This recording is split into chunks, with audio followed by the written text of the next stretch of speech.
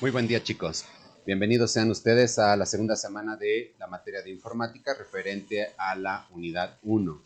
Recuerden todos ustedes que cada semana estaremos transmitiendo la parte de la conferencia asincrónica. Para ello es muy importante de que tomes nota cada uno de los conceptos que en esta pues voy a estar refiriendo, ¿sale? Semana a semana. Siempre haré una retroalimentación totalmente directa a los conceptos o a los aplicativos que estuvimos trabajando en un momento dado la semana anterior. Para ello, el día de hoy les tengo preparada lo que es una pequeña presentación que se encuentra directamente almacenada en mi Drive. Recuerden todos ustedes que platicamos que es muy importante que al día de hoy todos deben de tener ya activa lo que es una cuenta de Gmail. Para ello me voy a ir directamente a mi correo electrónico. Quiero ir abriendo cada uno de los pasos para no obviar en el uso de las apps que son verdaderamente sencillas de utilizar dentro de la G Suite, pero que debes de tener en cuenta que siempre hay que dar clic aquí en las aplicaciones de Google que estoy señalando y abrir directamente lo que es tu Drive.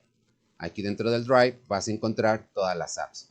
Recuerden ustedes que también mencionamos que en esta semana abordaremos la parte de lo que es Lucidchart, que es por ahí un programa directamente web que también se puede descargar directamente en tu computadora para el uso de mapeos, diagramas de procesos, entre otras cosas, mapas mentales, conceptuales, todo lo que implique el uso de formas de manera eficiente para la eh, transmisión de una idea en general. De hecho, voy a abrir mi presentación referente a esta semana. Y listo. Ahora la presentamos y te voy comentando.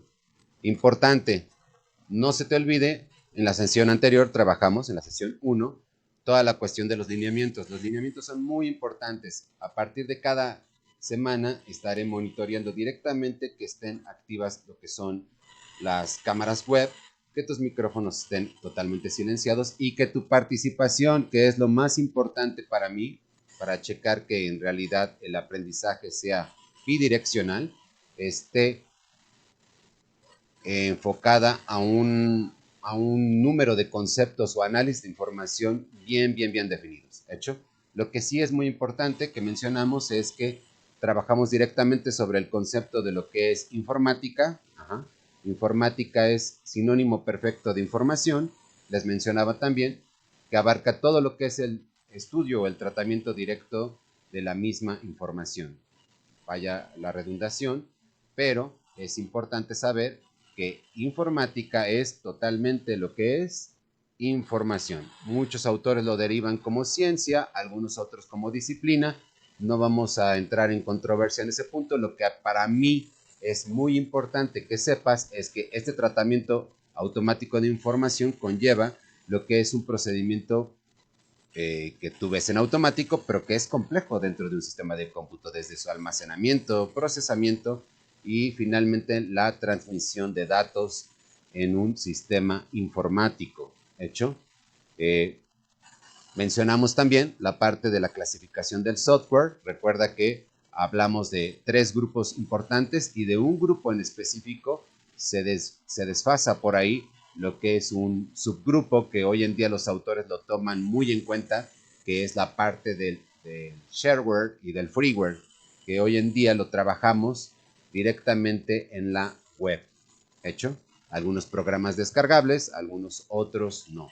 Pero para ello, bueno, vamos a entrar precisamente al estudio de la informática y trabajaré contigo ciertos conceptos que serán importantes o terminología importante para el estudio eficaz de mi materia.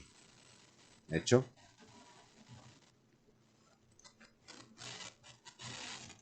Y bueno, ya mencioné hace rato lo que es el concepto de informática, aquí lo puedes apreciar, y lo que me voy a centralizar un poquito más a fondo es sobre algunos conceptos esenciales, la parte de lo que es computación, computación como tal. El concepto también tiene bueno, proviene por ahí del latín, ajá, computatio, que en realidad es una ciencia que se encarga de estudiar los sistemas de cómputo, más precisamente en el uso de computadoras, de diseño, programación y usos relevantes dentro de la misma.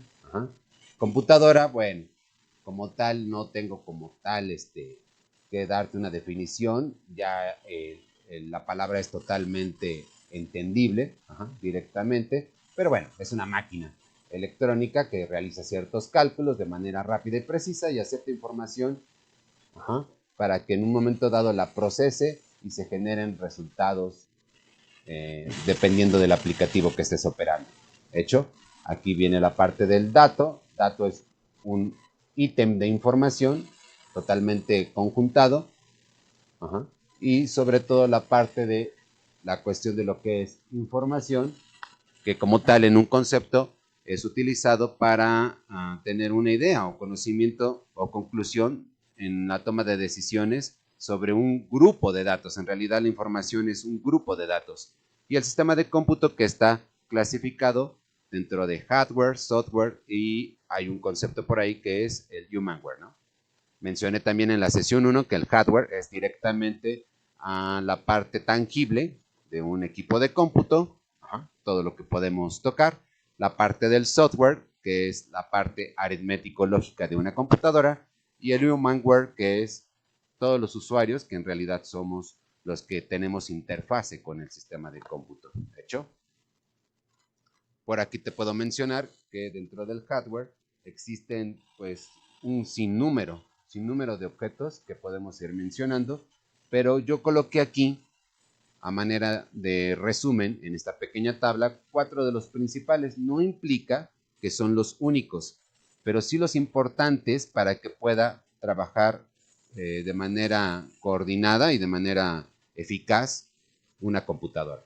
¿Hecho? Como tal, el hardware en la parte de la motherboard, que en realidad es una placa. Esta pequeña placa lo que hace es contener cada uno de los circuitos que son insertados dentro de la misma y que tienen su fundamento pues esencial. ¿Hecho? Tenemos la parte de la memoria RAM. La memoria RAM, en realidad RAM, deriva de Random Access Memory y que es una memoria de acceso aleatorio.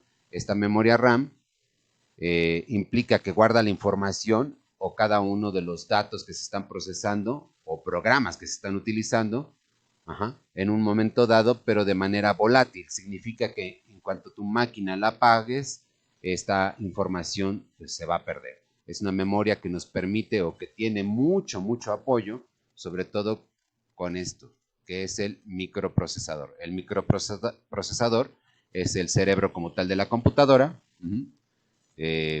Muchas de las personas confunden el concepto de microprocesador y le llamamos CPU al gabinete y son cosas totalmente distintas. Recuerda que el CPU se deriva de las siglas de Central Process Unit, que es la unidad central de procesamiento, y dentro de ella, bueno, platicaremos más adelante en sesiones posteriores, que contiene por ahí lo que es la unidad de control, la unidad aritmético-lógica.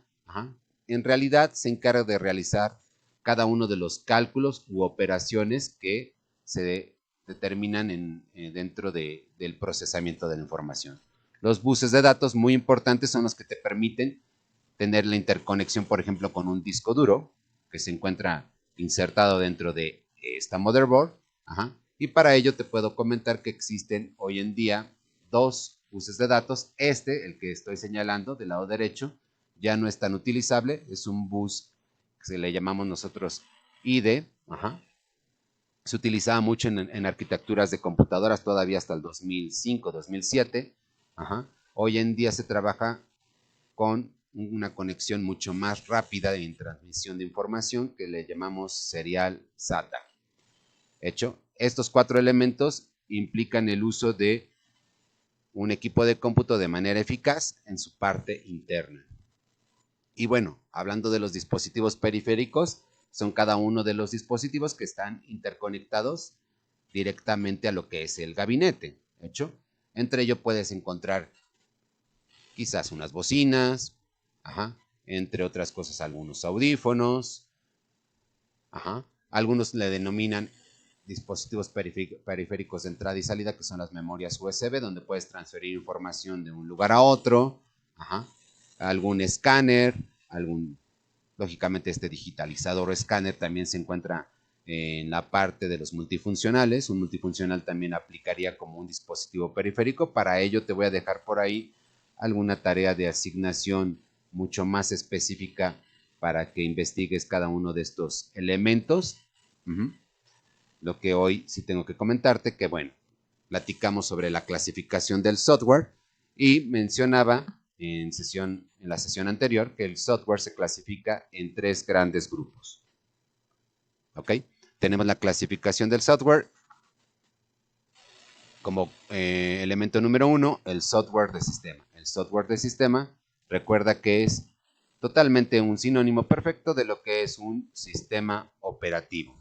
Y hablando de sistemas operativos, nos podríamos llevar gran cantidad de tiempo. Recuerda que te hice mención de 3 grandes sistemas operativos que son los líderes en el mercado hoy en día. Hablemos de la parte de Microsoft, la última versión de Microsoft, que es Windows 10. Otro es todo lo referente a Mac. Y tenemos que, por ejemplo, hay un ejemplo de Mac iOS Leopard. Y por acá abajo les coloqué una pequeña imagen referente a Linux. De hecho, Mac, el sistema de Mac, inicialmente fue generado con código fuente de Linux. ¿Hecho? Y por ahí tenemos un grupo que les mencioné que era el grupo mucho más extenso, que es el software de aplicación. Para el software de aplicación, recuerda que son todos y cada uno de los programas que tienen un fin común. Y hablando de fin común, significa que, por ejemplo, si tú requieres hacer alguna tarea, lógicamente utilizarías Microsoft Word, ¿no? Requieres hacer algún cálculo financiero o alguna tarea que implique el uso de números, fórmulas o análisis de información, utilizarías Excel. Me estoy refiriendo en este momento a la parte de la ofimática referente a Microsoft. No estamos exentos de que existen algún número de aplicaciones un poco más extensas. Hecho, te puedo mencionar que, por ejemplo, para la parte de Linux, que Linux tiene su sistema operativo, hablando acá abajo, disculpa, por ejemplo, Ubuntu, para que arranque o pueda ser como interfaz entre el usuario y la computadora. Bueno, Linux también tiene su parte de ofimática, que por ejemplo tenemos por ahí la parte de lo que es LibreOffice, o también denominado otro grupo de software que es el OpenOffice. De este tipo de software de Linux lo utilizamos hoy en día a la par, o es como que la parte dual de lo que es Microsoft, y tiene su hoja electrónica que se denomina Calc, su procesador de palabras que se llama Rider, su generador de diapositivas o como el PowerPoint, que le denominamos Impress, y su administrador de base de datos que le llamamos también Base. Y hay otro grupo muy importante que es el software de programación. El software de programación, recuerda que te mencioné que es aquel que nos sirve para realizar nuevos programas. No significa que dentro de este grupo, que es muy extenso, ya estamos limitados a realizar cierto número de acciones. Por ejemplo, hoy en día vas a una farmacia y compras un medicamento. Bueno, para que compres ese medicamento y esté totalmente automatizado, utilizan las cajeras un software que seguramente fue generado por un programador y fue generado por medio de un lenguaje de programación. Recuerda que trabajaremos nosotros directamente en un lenguaje de programación a la mitad de este semestre, que es Borland C++, que es el que estoy señalando en este momento. Es uno de los programas un poquito, mucho más funcionales en la parte aritmético-lógica. Te apoyará mucho en las materias, sobre todo referentes a la parte de cálculos. Y para la parte de avances informáticos en el software, te tengo preparado este pequeño video donde te iré explicando algunos elementos importantes en los que tendremos que, lógicamente, tener en cuenta. Bueno, tenemos programas informáticos que nosotros ya sabemos que le denominamos software, Todo este software va vinculado directamente a un gran número de información, chicos. Y lo que están viendo aquí en pantalla son una serie de instrucciones en código fuente que estas instrucciones dentro de un sistema de cómputo que estás apreciando y sus dispositivos periféricos te permiten efectuar una tarea específica. Este código fuente, a su vez, una vez que ya está compilado, se genera lo que es un código objeto que ya es entendido por medio de la computadora, por medio del código binario, que lo trabajaremos más adelante, y te permitiría interpretar información. Aquí estamos viendo la parte en la que los programadores generan dicho código fuente para la realización de nuevo software. ¿Hecho? Aquí se ven ese número de instrucciones y este número de instrucciones se generan, como mencionaba, que es el código fuente por medio de un lenguaje de programación. Ajá. La evolución de los lenguajes de programación ha cambiado hoy en día. Y bueno, este código fuente en el momento de que ya se transfiere por medio de una compilación o un intérprete de comandos, según sea el caso del lenguaje de programación, se pueden trabajar lo que son determinado número de apps, como lo estás apreciando por medio de un móvil, o directamente en el uso de aplicaciones como juegos. Esto es muy importante, sobre todo en el uso de telecomunicaciones, y eso es en lo que vamos a abordar en clases posteriores. Por lo pronto yo me despido, agradezco muchísimo tu atención en este pequeño video tutorial o clase de tipo asincrónica, esperando que te haya sido de gran utilidad, que hayas tomado en cuenta ciertos conceptos que son básicos que abordaremos a partir del próximo lunes 24 de agosto.